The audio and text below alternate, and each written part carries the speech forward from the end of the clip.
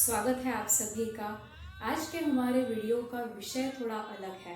मंदिर को लेके अक्सर हमें ये लगता है कि मंदिर यानी कि पॉजिटिव ही होगा, क्योंकि वहाँ पे तो भगवान होते हैं और जहाँ पे भगवान होते हैं वो भी कभी निगेटिव हो सकता है, ऐसे हमारे मन में भी नहीं आता। पहले मुझे भी ऐसे ही लगता था, पर अभी रिसेंटली मैंने वास्तुशास्त्र से रिलेटेड अपनी शिक्षा पूरी की है। उसमें हमको एक टॉपिक के बारे में सीखने को मिला और वो है वेद दोष। उसमें ये कहा जाता है कि किसी भी धार्मिक स्थल के पास घर का होना बहुत ही अशुभ होता है।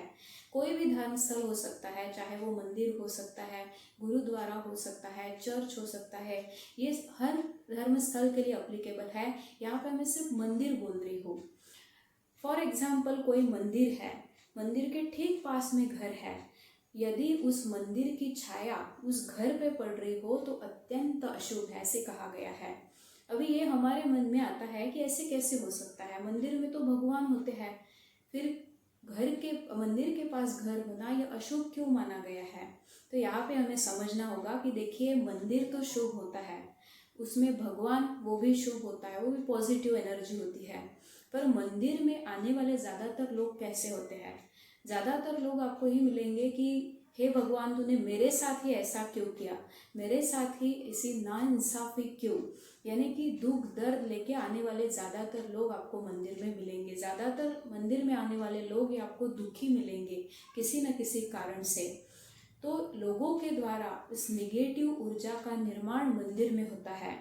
अभी यदि मंदिर के पास यदि कोई घर है तो इस निगेटिव ऊर्जा का सीधा असर उस घर पे और उस घर वाले लोगों पे होता है।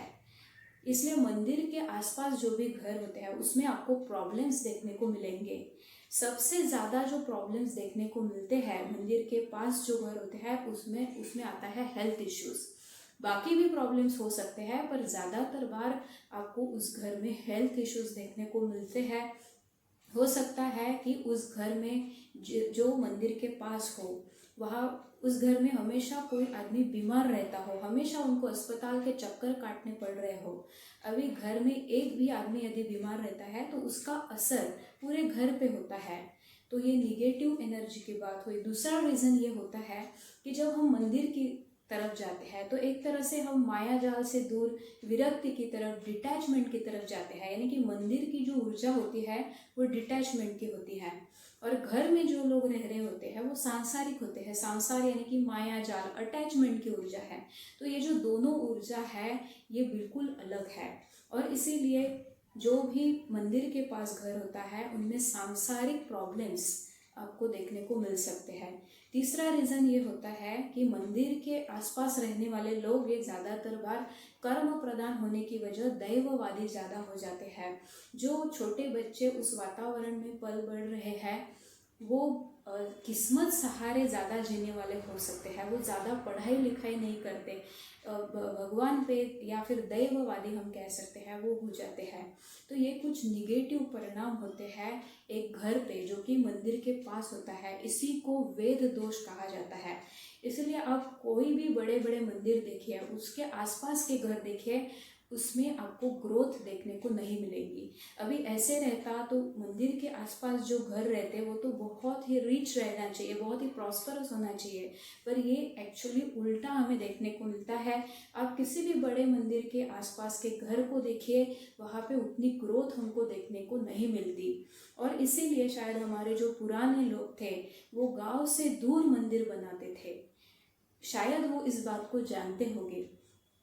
हमारे शास्त्र में कहा गया है कि मंदिर जितने हाइट का होता है उसके 2 गुनी हाइट को छोड़ देना चाहिए, और उसके बाद यदि आपका घर है 2 गुना हाइट को छोड़ के यदि आपका घर है तो उसको वेद दोष नहीं लगता है।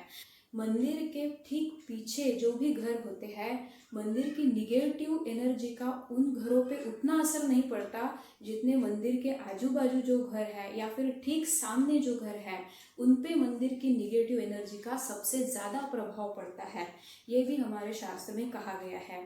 तो यदि आपका घर ये मंदिर के पास है या फिर अपने घर में ही मंदिर बना रखा है जहाँ पे हर रोज़ लोग दर्शन करने आते हैं, तो इस बात को ज़रूर अपने इस बात पे ध्यान देना चाहिए, इस बात को सीरियसली लेना चाहिए।